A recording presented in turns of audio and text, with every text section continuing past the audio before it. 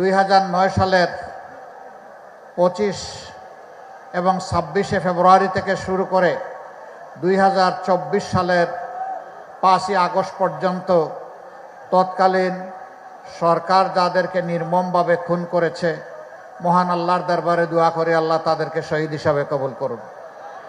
তাদের পরিবারকে আল্লাহ প্রশান্তি দান করুন, সবর করার তৌফিক এনায়েত করুন। ফ্যাসিবাদের বিরুদ্ধে লড়াই করতে গিয়ে যারা আহত হয়েছে, পঙ্গু হয়েছে, তাদের প্রতি সহানুভূতি প্রকাশ করছি। আল্লাহ তাআলার দরবারে দোয়া করে আল্লাহ তাদেরকে সুস্থ করে দিন। দফায় দফায় যারা হামলার শিকার হয়েছেন তাদের প্রতি সংহতি প্রকাশ করছি বিশেষভাবে, যাদেরকে আপনজনের বুক থেকে তুলে নিয়ে গায়েব করা ফেলা হয়েছে। আরএফএল চেয়ার, ক্ষমতার নয়, সমতার চেয়ার। কেউ বা ফিরে এসেছেন বছরের পর বছর আয়নাগরে থেকে দুঃসহ যাতনা ভোগ করে, আবার কেউ এখনো ফিরে আসেননি। এটা ধরে নেওয়ার আর কোনো কারণ থাকছে না। যারা ফিরে আসেননি তারা এই জগতে আছেন, এই আশাটাও নিভে গেল। ৩৬ জুলাই বা 5 আগস্ট পট পরিবর্তনের পর যারা বেঁচে ছিলেন তারা ফিরে এসেছেন, কিন্তু যারা ফিরে আসেননি তাদের ভাগ্যে কি হয়েছে আল্লাহ তাআলা ভালো জানেন। আমরা যখন গুম হওয়া পরিবারগুলোর কাছে গিয়েছি, তখন তাদের মা বাবা, তাদের স্ত্রী, ভাই বোন, অবুঝ সন্তানেরা আমাদেরকে জিজ্ঞেস করেছে, আমাদের প্রিয়জন কি বেঁচে আছেন, আপনারা কি তার কোনো খবর জানেন? আমরা বলেছি আমাদের কাছে কোনো খবর নেই। শিশুরা অনেক সময় হাত ধরে টেনে একটা দেয়ালের পাশে নিয়ে গেছে, আপন মনে ছবি এঁকেছে, বাবার ছবি দেখি আঙ্গুল দিয়ে বলতেছে, এ আমার বাবা। আমার বাবা কি আর কোনোদিন ফিরে আসবে? এই অবুঝ শিশুর কাছে আমাদের কোনো জবাব ছিল না। এত নিষ্ঠুর, এত নির্মম কিভাবে মানুষ হতে পারে? পট পরিবর্তনের পর সাবেক গণভবনকে এখন জুলাই স্মৃতি জাদুঘর করা হয়েছে।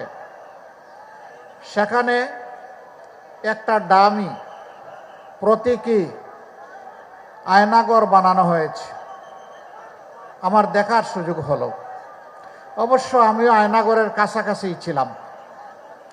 প্রথমবার আমাকে গ্রেফতার করার পরে সে আচরণই আমার সাথে করা হয়েছিল। 11.5 মাস তাদের কবলে থেকে আল্লাহ আমাকে মুক্ত করেছিলেন। পরপর 3 বার এইরকম স্বৈর শাসনের হাতে আমি বন্দী হয়েছিলাম। আমার কোনো আফসোস নেই, বন্দী আমি একা হই নাই, আমার লক্ষ সহকর্মীও বন্দী হয়েছিল। কাজেই আমি ছিলাম মাত্র তাদের একজন।